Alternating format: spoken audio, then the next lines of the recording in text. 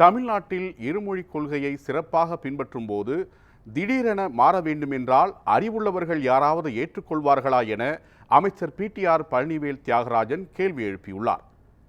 மதுரையில் செய்தியாளர்களை சந்தித்த அவர், சக்சஸான மாடலை எடுத்துவிட்டு ஃபெயிலரான மாடலை பின்பற்ற வேண்டும் என்று சொல்கிறார்கள் என கூறினார்.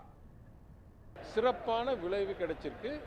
தேசிய அளவுக்கு ஒப்பிட்டு பார்க்கும்போது, அதாவது தேசிய சராசரிக்கோ இல்லை தேசியத்தில் வேறு எந்த மாநிலத்தோடைய விளைவோட சிறப்பாக தமிழ்நாட்டுக்கு நம்மளுக்கு விளைவு கிடைச்சிருக்கு.